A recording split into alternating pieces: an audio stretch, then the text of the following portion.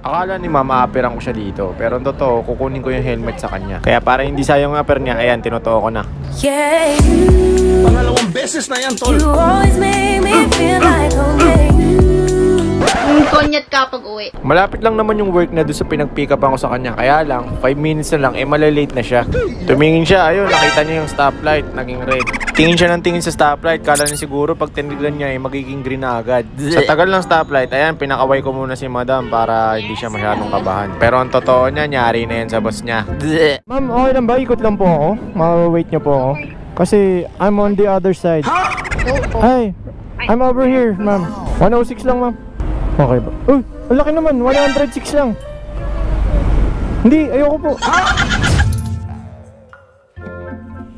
Ganun ba yun? Iwasan nila yan. Lalo na kung nasa malayo silang lugar. Dito guys, medyo bad trip talaga yung nangyari. Wait. Late ko na nga nabuksan yung camera, hindi pa nakasalpak maigi yung mic adapter. Sayang, hindi tuloy rinig yung onting kwentuhan namin ni madam. Kasi malilate na siya, 5 minutes na lang kailangan makapag-timing na siya. Wait, diba? Kunin muna natin sa smoke top box yung helmet na Ryzen. Ayan, napakaganda guys. Bagay na bagay kay madam. Pero teka, disclaimer lang guys. Kasi kahapon bumiyahe tayo. Biglang lumakas yung ulan, kaya yun, basang-basa yung helmet natin na Joyride. Talaga namang hindi kaya yung amoy guys, nakakayang ipasuot sa mga customer. Sayang talaga, hindi talaga rinig yung usapan namin sa Predcon Intercoms. O diba, pasok yung punchline. Ginawa ko talaga tong video na to para pasalamatan yung mga kaibigan natin tumutulong sa atin. Syempre, hindi ko lang mapakita dito yung gulong na ND Rubber, tsaka yung shock natin na OKD, ICC ni Racing Boy, stickers ni Yams 88, at syempre sa Jowo Moto Shop para sa pag-alaga ng motor natin. Alright! Ayun na pa nabubukma. Ano oras pa? Kung narinig nyo guys, 11:35 pa lang daw nagbubuk na si madam. Pero anong oras ko na siya nasundo? 11:55. Pero 12 o'clock dapat nakapag-in na siya. Ayan, kinukwento niya sa akin, wala daw kasi nag-a-accept ng booking niya. 50 pesos lang kasi yung fare ng booking niya. Karamihan kasi ng rider, hindi talaga ina-accept pag ganyan. Pero meron din namang kagaya ko na ina-accept din yung mga ganyang booking. Dito guys, sinusubukan ko talaga habulin yung oras para kahit papano hindi malate si madam. Pero ayan, medyo hindi tayo sinuwerte. Nag-red bigla yung ilaw. Syempre, matik na yan. Pag malapit ka na sa stoplight, biglang magpupula. Wala na tayong magagawa dyan, ma'am. Kahit tignan mo ng tignan yung stoplight, hindi mag-green yan bigla.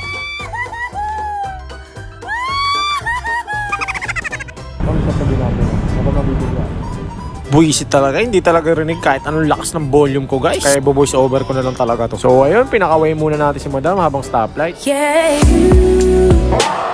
you always make me feel like home. Yeah.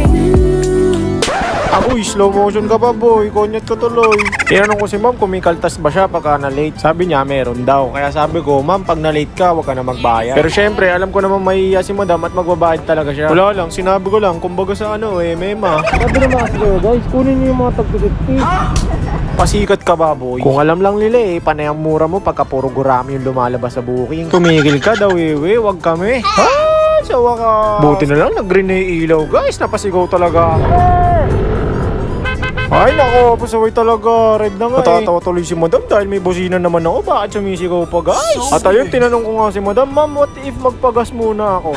Okay lang naman kuya, pero what if huling pikit, huling lunok, at huling hawak mo na yan sa manibela mo, okay lang? Hindi ka naman mabiro, madam. Ito na nga, isasampa na sa bangketa para sa'yo. Gusto mo, ma'am, pasok pa sa loob ng building to, ma'am. Pasikat ka talaga, boy! Ma'am, ito papas forward ko na para hindi ka gaano malate. Akala ni ma'am, aaperan ko siya dito, pero hindi niya alam kukunin ko sana yung helmet sa kanya. Pero para hindi masayang yung aper niya, ayan, tinotoo ko na. Yeah, you got me feeling some type of way. You make me wanna stay in on it. You're the reason I can't get out of it. Oh, loko, pasikat ka kasi boy. Sakit nun pa, rekta ka sa garahe niyan. So ayun nga guys, umabot tayo. Time check, it's 11:58. May 2 minutes pa si madam para umakyat sa hagdan. Natataranta pa nga ako kasi 100 yung binayad. 50 lang naman yung fare. O siya, sige ma'am, takbo na, babayu.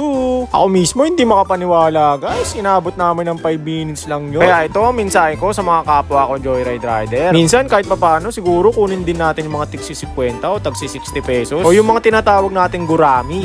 Kasi kagaya niyan, malilate na yung tao, diba? Syempre gusto nilang makuha yung booking nila. Kahit sabihin na nating palugi guys, mayroon pa rin namang kita yan kahit papano. Kasi yun naman talaga ang purpose ng pagjo-joyride ng mga customer. Para makarating ng ligtas at mabilis sa kanilang paroroonan. So paano? Kita-kits tayo ulit next vlog. Peace! Hello ma'am, magandang gabi po sa Joyride. Yes po. Opo, ma'am, okay lang ba? Ikot lang po ako. Ma-wait niyo po ako. Kasi I'm on the other side. Okay po, sige po. Sige po, thank you. Where's the customer? I think here she is. Is that you? Is that you? Hi, I'm over here, ma'am. I'm sorry to keep you waiting. Ay ka lang dyan, ma'am. Tagal ko. Oh, sige, walang problema. 106 lang, ma'am. Okay ba? Uy, ang laki naman. 106 lang. Hindi, ayoko po. Joke. Yan, suot ang kita helmet, ma'am. Kasi malaki yung tip mo eh.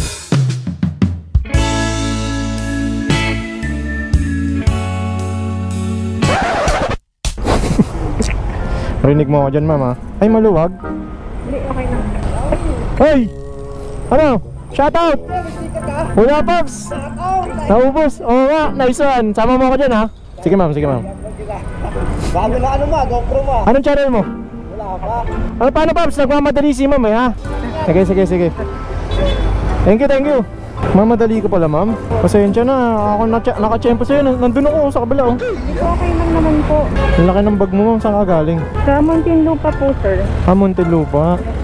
Tapos, napadpad ka dito. Tapos, pupunta ka ng Baguio. Yes po. Grabe, gala-gala, ah. Gala ni Donat. Hala, bakit ang traffic, guys? Friday? Uwian? Po, Friday. Bakit kaya? Tuwing Friday ba? Traffic talaga dito? Hindi ko lang po alam, sir. Sa bagay, dapat ako ang nakakaalam, no? Mga po eh. Wala pala ako, eh. Sige na nga, dito na nga tayo. Pasensya na, ha. Bawal talaga dapat dumaan dyan, eh. Mamabash tayo, ma'am. Nagbablog kasi tayo, ma'am. Okay lang po. Okay lang, kasama ka sa vlog ko, ma'am. Ay, charot po. Ayaw mo? Nahihiya si ma'am, guys. Iya po. Ba't ka nahihiya, ma'am? Deserve mo lahat ng good service. Kasi 200 yung binayad mo. Magkano lang to, 50 plus. Yayamanin. Parang ikaw, kuya. Tignan mo yung ano mo, may ganito. Yung alin po? Eto, ano ba itong nasa helmet mo? Ang tawag po dyan, Freedcon Intercom Philippines. Ah. Charot lang, walang Philippines. Freedcon Intercom.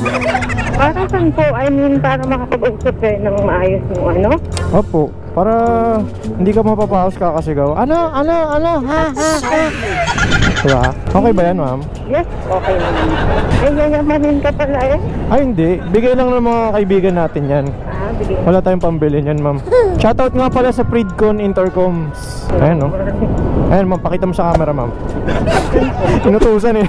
Ito yung camera nga pala, ma'am. Ayan mo kasama mo. Kilala mo lahat yan? Hindi po. Char lang. Kung sila kilala. Saan ka bababa, ma'am? Ay, dito na po ata. Saan po? Dito lang po. Wait lang, ma'am. Kapit ka. Ay, sorry kuya. Sige lang. Up.